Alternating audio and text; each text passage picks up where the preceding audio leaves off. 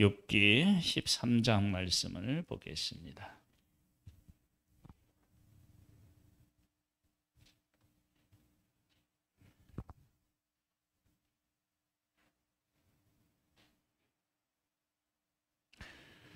욥기 13장 말씀은 전반부에는 욥이 친구들을 향하여 한 말이 기록되어 있고, 후반부에는 하나님 앞에 자기의 마음을 쏟아놓는 내용이 기록되어 있습니다. 그래서 오늘 제목을 사람 앞에서의 욥과 하나님 앞에서의 욥, 이렇게 말씀의 제목을 잡았습니다.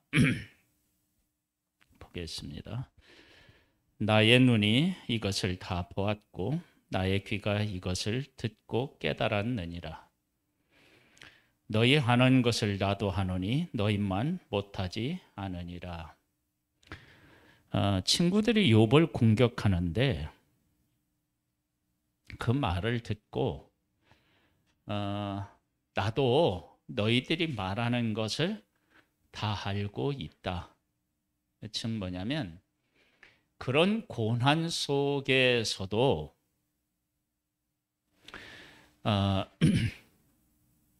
이런 거와 같은 거예요.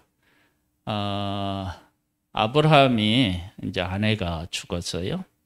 슬퍼하다가 일어나서 그 헷족속에게 가서 그 밭을 이제 사잖아요. 슬퍼하는 감정과 현실의 것을 어떻게 하냐면 이렇게 구분하고, 슬퍼해야 될 일은 슬퍼하고 현실적으로 해결해야 될 문제는 해결하는 모습을 보는 거예요. 그러니까 욥이 큰 고난을 겪고 있었는데 그 고난 중에서도 자기가 한 아버지로서 자기 자식을 하루아침에 다 잃은 슬픔이 그에게 가득했지만, 자기의 출생에 대해서 저주하는 그런 고통을 느끼지만, 한편으로는 무엇이 옳은 것이고 무엇이 그른 것인지를 정신줄 놓지 아니하고 그런 것들을 어떻게 해요? 생각하고 있었다는 거예요. 우리들은 보통 감정적이면 잘했다라고 생각하는 경향이 우리에게 좀 있습니다. 그러니까 어떤 슬픈 일을 겪었다 그러면 욥기 13장입니다. 욥기 13장 말씀입니다. 그러면 이제 겪으면 그 문제를 감정적으로 봐서 막 슬퍼하거나 이렇게 하면 그 사람이 참 좋은 사람이라고만 생각하는데, 사실은 감정적인 것들은 감정적인 것으로 우리가 다루어야 되겠지만, 그런 것들을 느껴야 되겠지만, 한편으로 현실적인 문제는 어떻게 해요? 해결하는 거예요.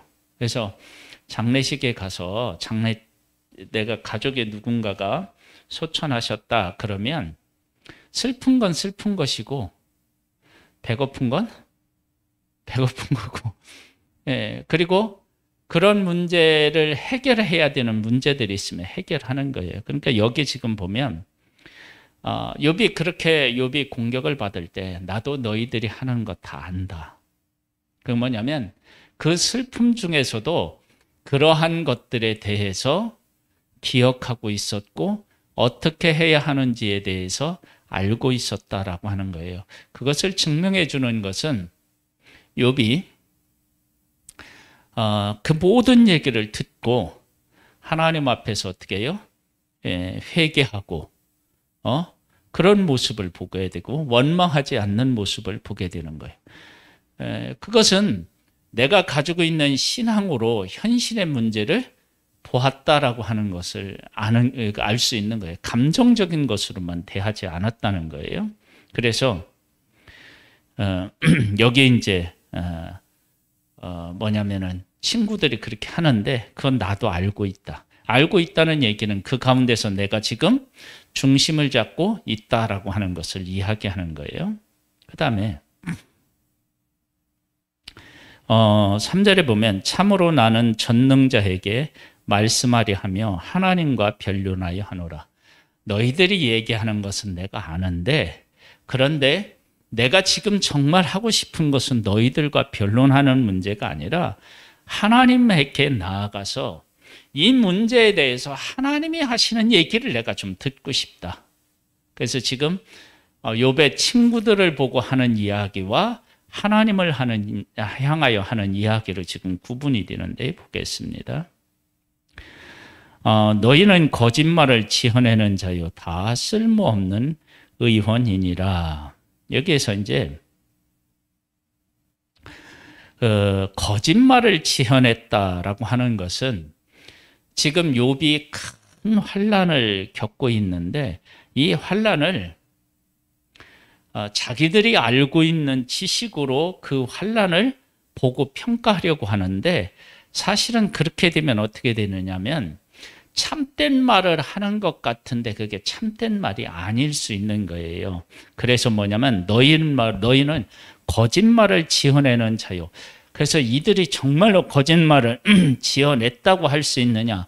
또 이렇게 그들이 한 얘기를 들어보면 다 일리가 있단 말이에요. 그건 뭐냐면 하나님의 시각으로 보지 않는 거예요. 그러니까 욥이 가난한 사람들, 어려움에 처해 있는 사람들이 왔을 때 항상 그 사람들을 볼 때 어떤 시각으로 봤느냐면 하나님이 그 사람들을 어떻게 해주기를 원하시나. 그래서 하나님의 시각으로 그걸 보고 그가 행동했던 것을 욥의 말을 통해서 우리가 알 수 있어요.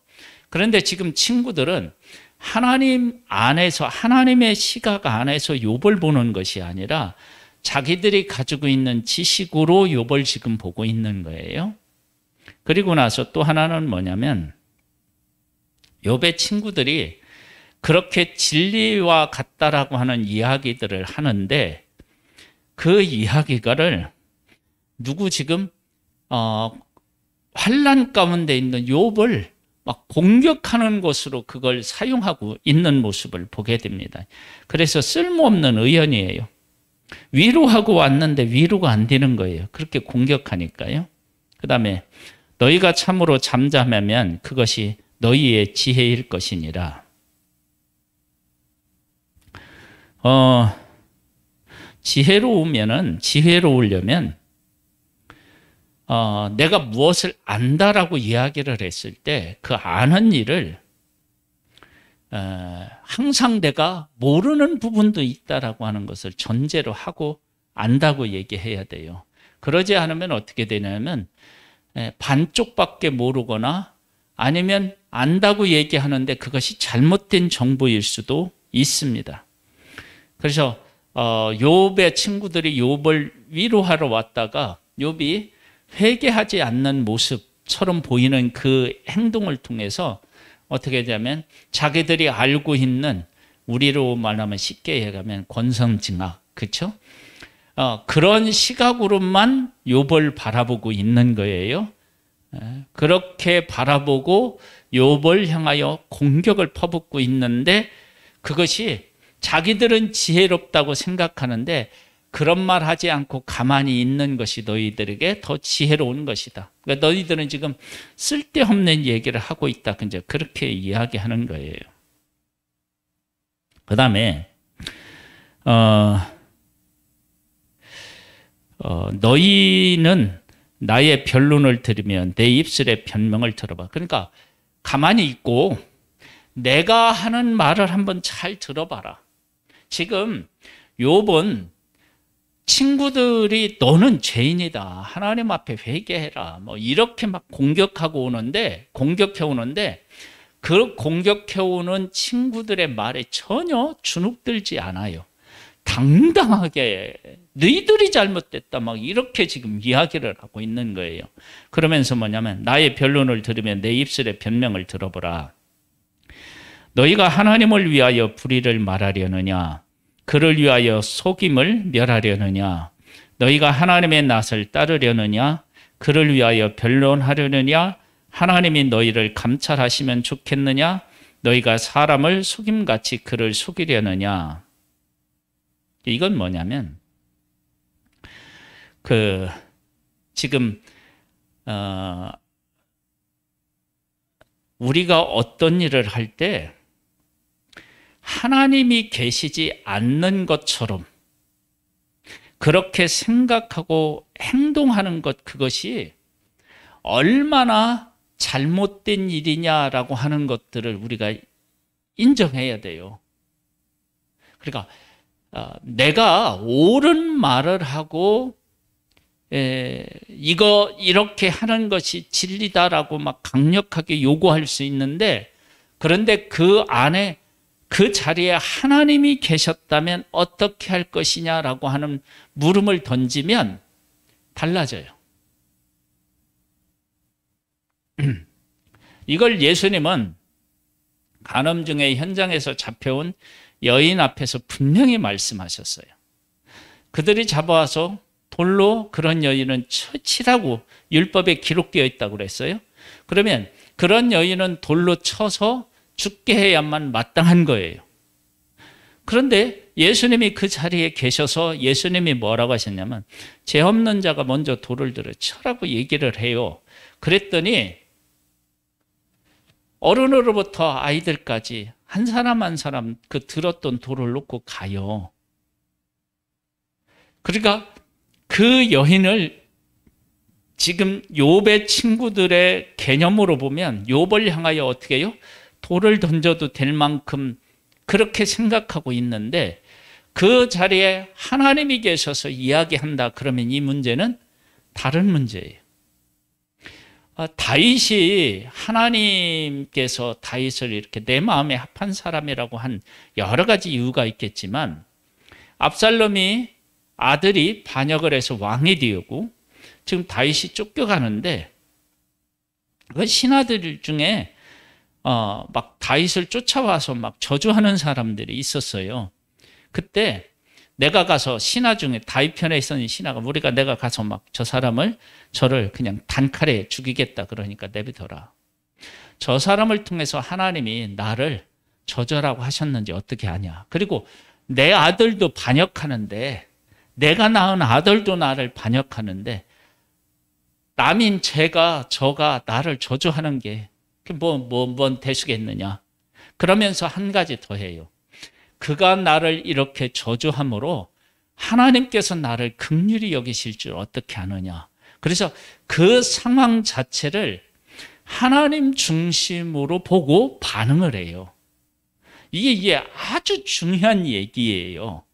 그러니까 지금 욥의 친구들이 욥을 놓고 이야기를 할 때, 욥이 봤을 때는 그 가운데 누가 안 계신 것으로 지금 보이느냐면 하나님 중심으로 보지 않고 있다는 거. 만약에 하나님 중심으로 봤다 그러면 이렇게 고난당하는 욥을 향하여 공격하지 않았을 거라는 거예요.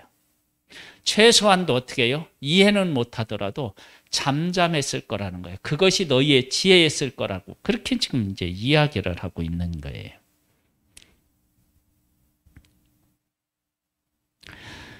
그래서 10절 11절에 보면, 만일 너희가 몰래 낫을 따를진대 그가 반드시 책망하시리니 그의 존귀가 너희를 두렵게 하지 않겠으며 그의 두려움이 너희 위에 임하지 않겠느냐. 낫을 따를진대, 그러니까 사람이 어떻게 했느냐 뭐 이런 것들을 통해서 만약에 사람을 평가한다면, 하나님께서 우리 가운데 오셔서 평가하는 나를 보시고 뭐라고 했어요? 그렇잖아요. 우리가 이제 빚진 자 이야기를 할 때 1만 달란트를 주인한테 빚을 졌어요. 그래서 주인이 안타깝게 생겨서 탕감해줬는데, 친구를 만나서 100데나리온을 빚을 졌는데 너 갚아라. 안 갚으니까 어떻게 해요? 옥에 가두었다. 이렇게 얘기도 하잖아요. 그런 것처럼 우리가 우리끼리 살아갈 때는 그 사람이 잘못하고 내가 잘하고, 내가 잘못하고 그 사람이 잘하고, 이렇게 어느 정도 평가를 할 수 있겠지만, 하나님의 입장에서 보면 내가 지은 다른 사람한테 잘못한 어떤 것보다 하나님 앞에 잘못한 것은 정말 말할 수 없이 크다는 거예요. 그런 측면에서 나 자신을 돌아보는 그런 지혜가 있어야지, 내가 너보다 낫다라고 하는 그러한 개념을 가지고 계속 공격만 하면 되겠느냐. 이제 이런 얘기를 하는 거예요. 그걸 보면서 이렇게 얘기해요. 너희의 격언은 죄 없는 속담이요, 죄 같은 속담이며 너희가 방어하는 것은 토성이니라. 그게 뭐냐면 사람을 대할 때 하나님을 생각하지 않고 말하거나 행동하는 것은 모순이 생길 수밖에 없어요. 왜냐하면 우리는 죄인으로 태어나 죄인으로 살다가 죄인으로 죽는 거예요. 그렇기 때문에 내가 온전한 것 같아도 어떻게 해요? 온전하지 않는 거예요. 그 도깨비 도로라고 있죠. 이렇게 올라가는 것 같은, 올라가는 것 같은데 내려가는 길. 이게 이제 시각에 착각이 있는 거예요. 그런 도로들이 이제 우리나라에 몇 개 있대요. 그런데 그렇게 우리의 눈이라고 하는 것은 어떤 상황에 따라서 잘못 볼 수 있는 거예요. 그래서 하나님이 계시다라고 하는 것을 인정하면 우리가 어떻게 되느냐? 쉽게 말할 수가 없어요. 그 다음에 하나님의 뜻은 우리가 다 헤아릴 수가 없어요. 이제 한번 볼까요? 우리가 이제 하나님 안에서 생각하고 행동하지 않는 것은, 그런 것은 뭐냐면, 내가 어찌 내 살을 내 이로 물고 내 생명을 내 손에 두겠느냐. 그가 나를 죽이시리니 내가 희망이 없노라. 그러나 그의 앞에서 내 행위를 아뢰리라. 하나님 안에서 생각하고 행동하지 않는 것은 내가 나를 공격하는 거예요. 내가 나의 함정을 파는 거예요. 나중에 이제 이 친구들이 욥을 공격하고 났잖아요. 그리고 나서 하나님께서 그 친구들에게 뭘 요구하느냐면 욥에 가서 어떻게 해요? 용서를 구하라고 얘기해요. 즉 잘못된 쪽으로 내가 가버린 거예요. 그건 뭐냐면 하나님 안에서 생각하지 않는 것이, 그것이 문제가 되는 거예요. 문제가.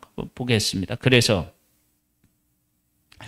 우리가 살면서 어떤 일을 할 때 무엇이 옳은지 하나님 앞에 묻고 내 삶에 대하여 하나님께서 어떻게 생각하고 계실지에 대해서 우리가 생각해 보는 것이 필요합니다. 보세요.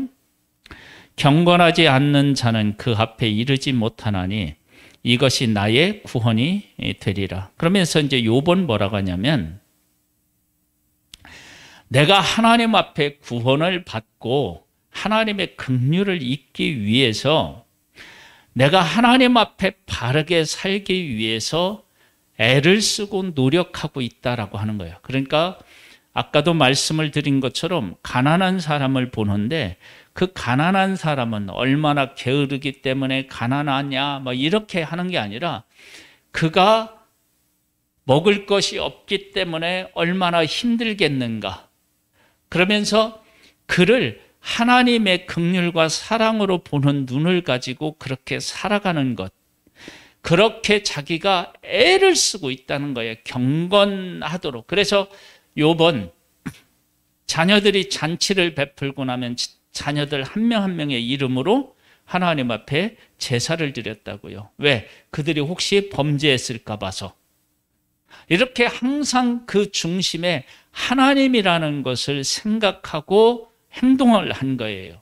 그러니까 우리들이 믿음이 좋다라고 하고 믿음으로 살아간다라고 하는 것은 하나님이 계시다는 것을 인정하고 그 가운데서 보고 평가하고 그 가운데서 행동하는 거예요. 대단히 중요한 얘기이죠. 그 다음에 이제 17절에 보면 너희는 내 말을 분명히 들으라. 내가 너희 귀에 알려줄 것이 있느니라. 보라, 내가 내 사정을 진술하였거니와 내가 정의롭다 함을 얻을 줄 아노라.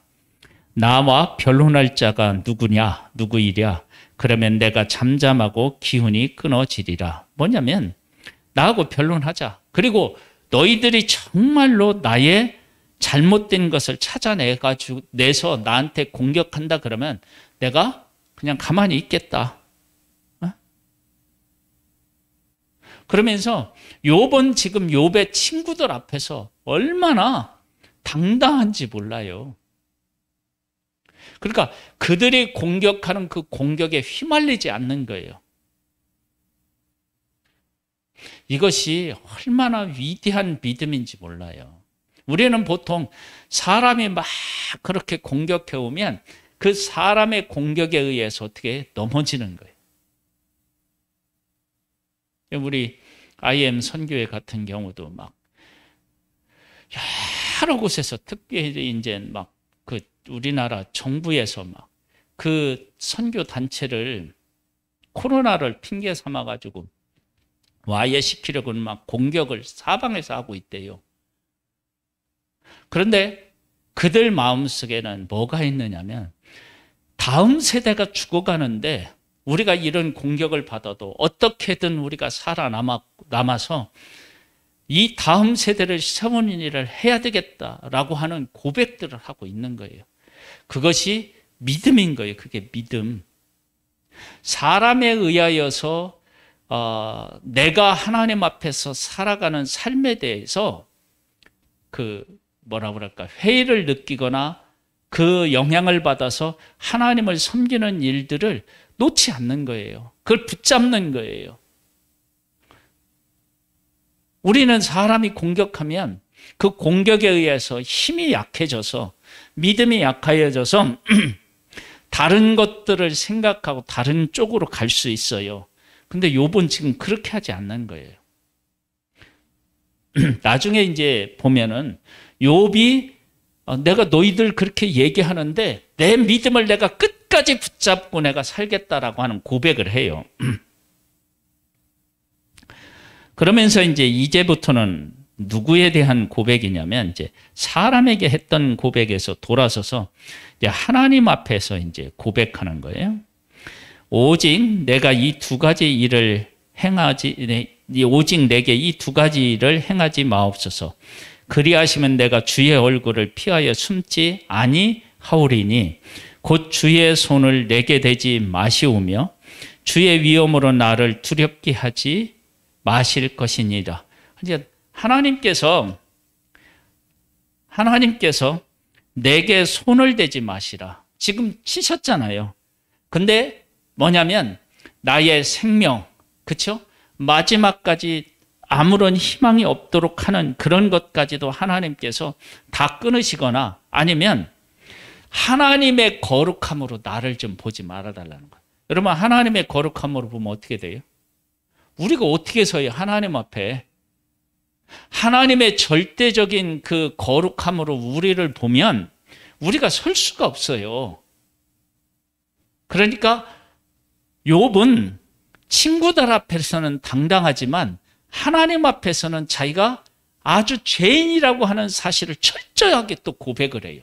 이 차이, 이 고백에 대해서 우리가 좀 생각해 봐야 돼요. 볼까요? 그리하시고 주는 나를 부르소서. 내가 대답하리이다. 혹 내가 말씀하게 하옵소서. 하옵시고 주는 내게 대답하옵소서. 하나님, 나를 이렇게 외면하지 말고 나를 부르시면 내가 대답하고요. 하나님께서 말씀하시면 거기에 대해서 내가 또 말하겠습니다.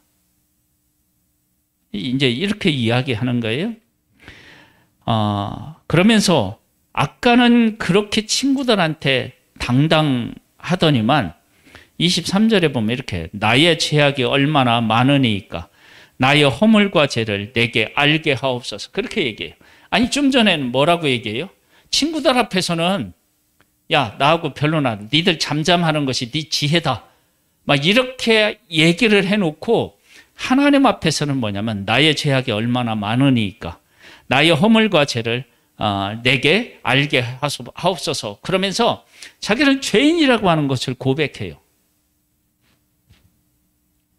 이 모순된 것 같은데 이렇게 고백하는 것이 얼마나 믿음 안에서 고백하는 것인지 알 수 있어요. 여러분 우리는 완벽하지 않아요. 완벽하지 않아서 누군가가 나의 죄를 찾아내서 공격하면 우리는 공격받을 수밖에 없는 존재예요. 그러니까 그렇게 연약한 부분을 찾아와서 나를 공격할 때 어떤 마음을 가져야 되느냐? 그래, 나는 죄인이다.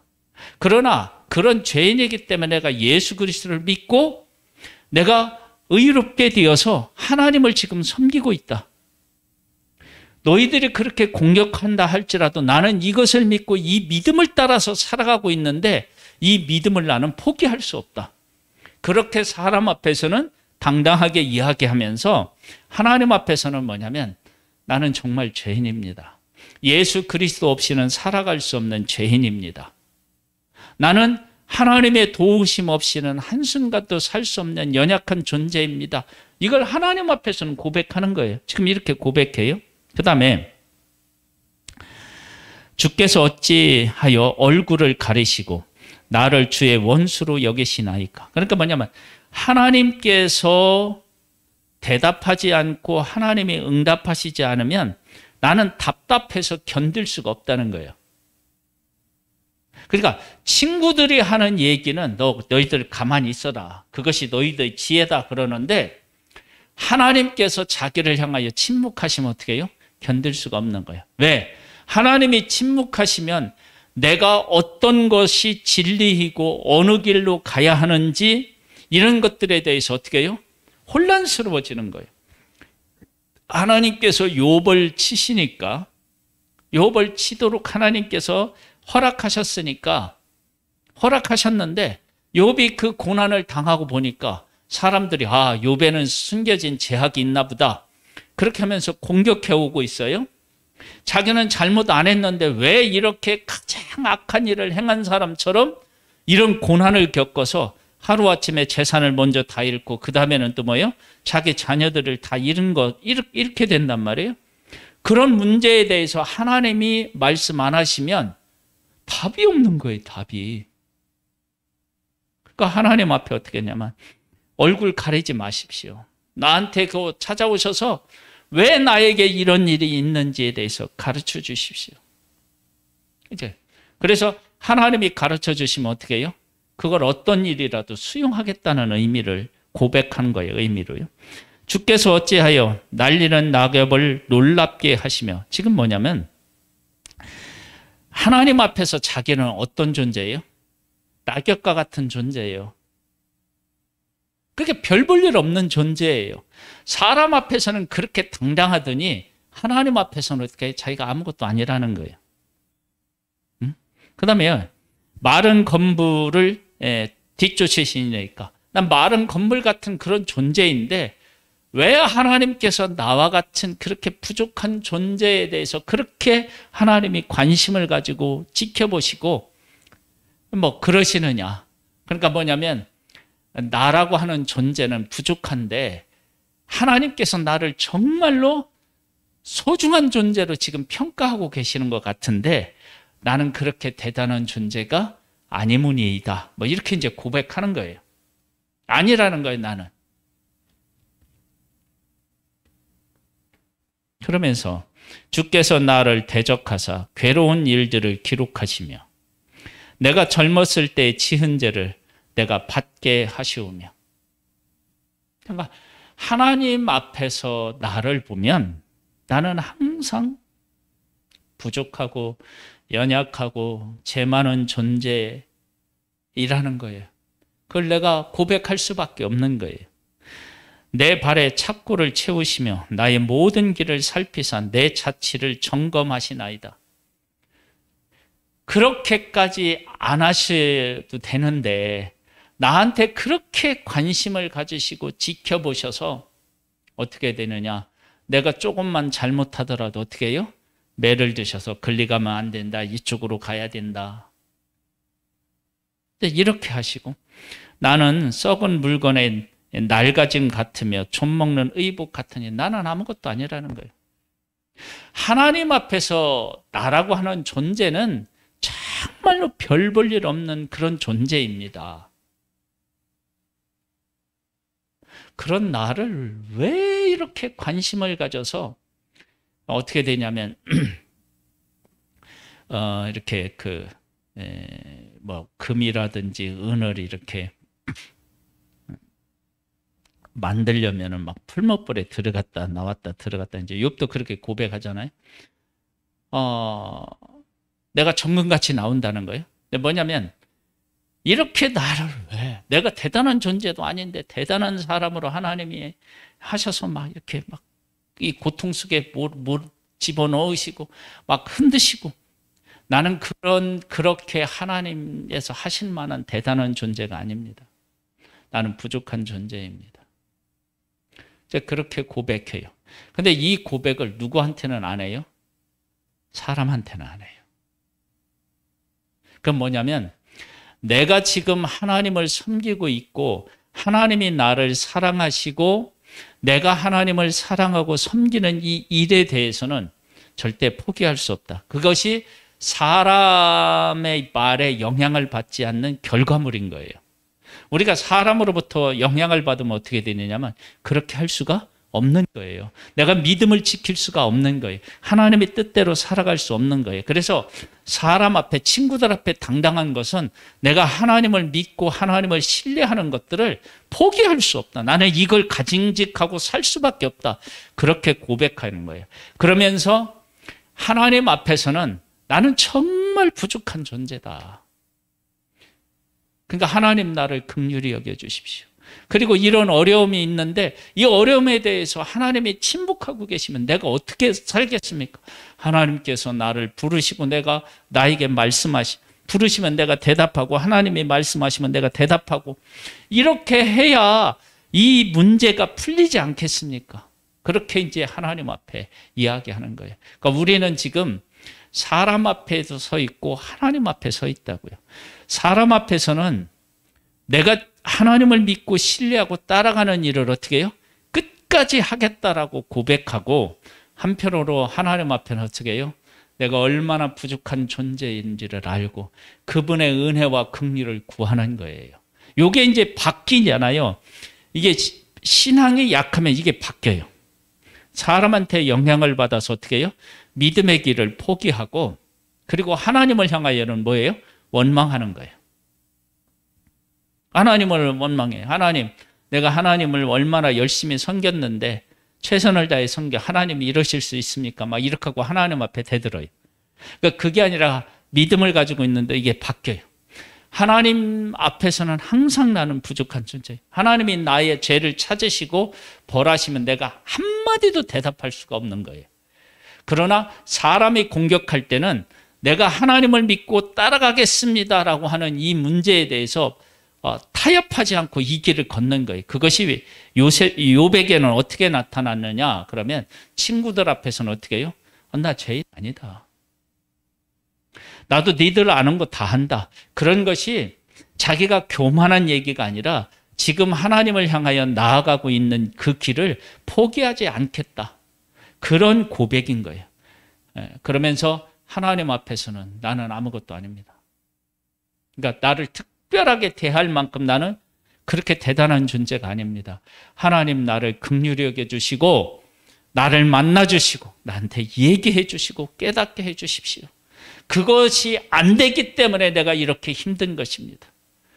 그렇게 고백하고 있습니다. 우리에게도 사람 앞에서 하나님 앞에서 살아갈 때 믿음을 지키고 하나님 앞에 겸손하게 은혜를 구하는 그런 믿음의 승리자들이 되시기를 주님의 이름으로 축복합니다.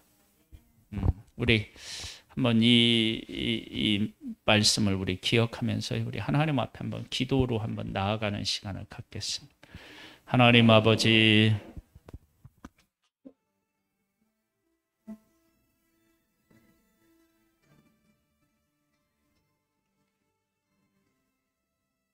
아버지 하나님 감사합니다. 우리를 사랑해 주셔서 감사합니다. 정말로 우리가 하나님을 믿고 따르고 하나님을 섬기는 일에 있어서는 사람의 영향을 받지 아니하고 그 믿음을 굳건히 끝까지 지킬 수 있는 그런 하나님의 사람 되기를 원합니다. 아버지 하나님, 정말로 다른 사람에 대하여서 길을 막고 엉뚱한 그런 어떤 존재로 살아가겠다라고 하는 것이 아니라 하나님을 믿고 하나님의 뜻을 따라가는 이 일에 대해서, 이 마음에 대해서 사람 때문에 영향을 받지 아니하고 끝까지 이 믿음을 지키며 나아가겠다라고 하는 고백인 것입니다. 그러나 하나님 앞에서 나라고 하는 존재가 얼마나 부족하고 연약한 존재인지를 깨달아 알고 하나님의 은혜를 구하는 그런 믿음의 사람이 되기를 원합니다.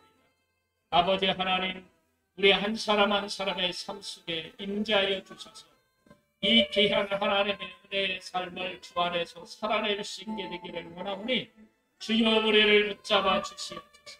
주여 우리에게 은혜와 은총을 더하여 주옵소서. 아버지 하나님 역사하여 주옵소서. 우리에게 성령을 보내 주옵소서.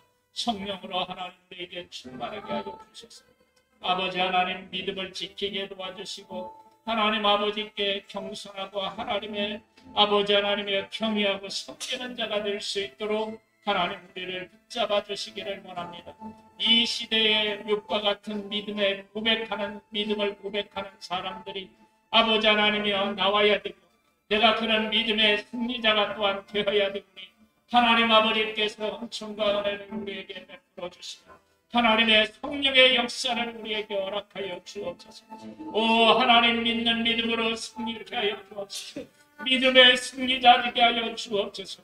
하나님 아버지께서 은혜와 은총을 우리 가운데 더하여 주실 줄 믿습니다. 아버지 하나님 우리 한 사람 한 사람을 붙잡아 주옵소서. 한국 교회를 붙잡아 주옵소서. 오 하나님 믿음으로 승리케 하여 주옵소서. 세상으로부터의 공격에서 당당할 수 있게 도와주시옵소서. 그러나 하나님 앞에서 겸손하게 하여 주옵소서. 하나님의 은혜를 구하는 자 되게 하여 주옵소서. 오 하나님 역사하여 주옵소서. 우리 속에 친히 오셔서 다스려 주시기를 원하옵나이다. 승리케 하여 주시옵소서. 역사하여 주시옵소서. 예수님의 이름으로 기도드립니다. 아멘. 하나님 아버지, 우리에게 믿음의 믿음을 더하여 주옵소서. 하나님을 믿고 섬기는 이 일이 흔들리지 아니하도록 도와주시고 하나님 앞에서는 겸손한 자 되게 도와주시고 하나님의 은혜를 구하는 자 되게 도와주어서 주옵소서. 그래서 믿음으로 끝까지 승리할 수 있는 하나님의 사람 되기를 원합니다. 지금 기독교가 말할 수 없는 공격을 받고 있는데 이러할 때 그런 공격에 휘둘리지 아니하고 우리는 하나님을 바라보며 하나님의 말씀 안에 서서 살아가는 일에 흔들리지 않고 끝까지 하나님을 경외하겠습니다.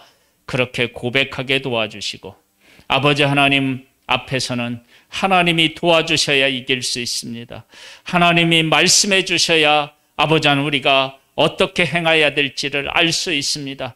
그렇게 하나님의 은혜를 구하는 믿음의 사람 되기를 원합니다. 그래서 최후의 승리를 얻고 하나님의 영광을 세상에 드러내는 그런 귀한 승리자가 되기를 원하오니 하나님 성령으로 우리에게 오셔서 역사하여 주옵소서. 역사하여 주시옵소서. 역사하여 주시옵소서. 예수님의 이름으로 기도드리옵나이다. 아멘. 하늘에 계신 우리 아버지여, 이름이 거룩히 여김을 받으시오며 나라에 임하옵시며 뜻이 하늘에서 이룬 것 같이 땅에서도 이루어지리이다.